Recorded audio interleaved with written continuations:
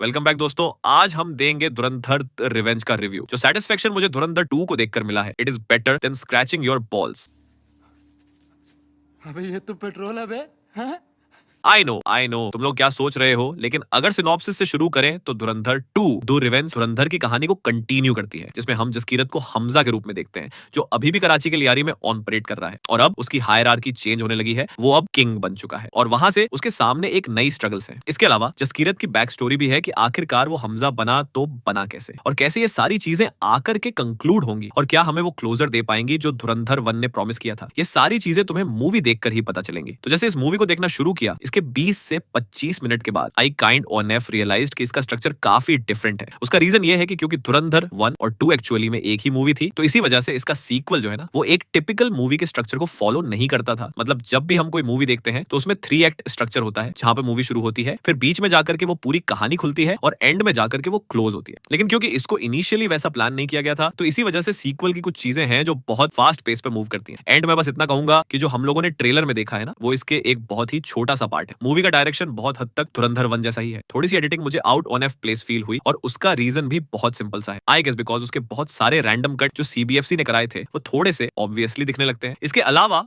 Movie अपने action में वही रोनेस, वही ब्रूटैलिटी को कंटिन्यू करती है जो हमने पार्ट 1 में देखा था। स्लो मोशन पे बहुत ज्यादा हैवी रिलायंस नहीं है, किसी को भी बहुत मासी मोमेंट प्रोवाइड नहीं किया है। लेकिन इसका मतलब ये नहीं कि जो भी कैरेक्टर्स हैं उनके पास कोई ऑरा नहीं है। सारे के सारे कैरेक्टर्स पहले पार्ट की तरह करिश्मेटिक हैं। इन्होंने रणवीर सिंह के साथ में भी कुछ मोमेंट्स क्रिएट करने की कोशिश करी है, बट लाइक आई सेड कि मूवी का जो स्ट्रक्चर है ना, वो बहुत ज्यादा ड्रूम प्रोवाइड नहीं करता है इन सारे मोमेंट्स को लास्ट करवाने के लिए। And I actually mean it in a good way, क्योंकि इसी वजह से मूवी फर्स्ट पार्ट की तरह बहुत ज्यादा फ्रेश फील होती है, वही रोनेस को मेंटेन करके रखती है।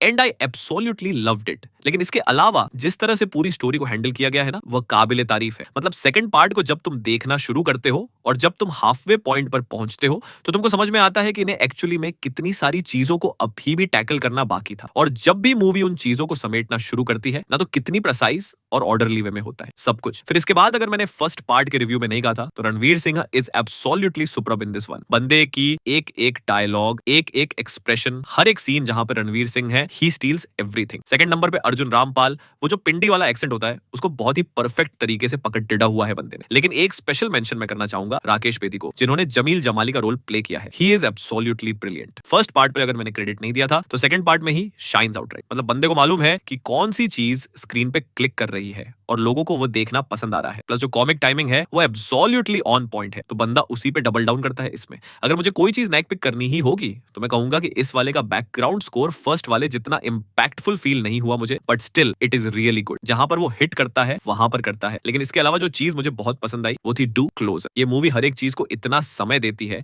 सो दैट जब तुम थिएटर से बाहर निकलते हो, तो तुम्हारे मन में एक बहुत ही ज्यादा सेटिस्फैक्टरी फीलिंग होती है।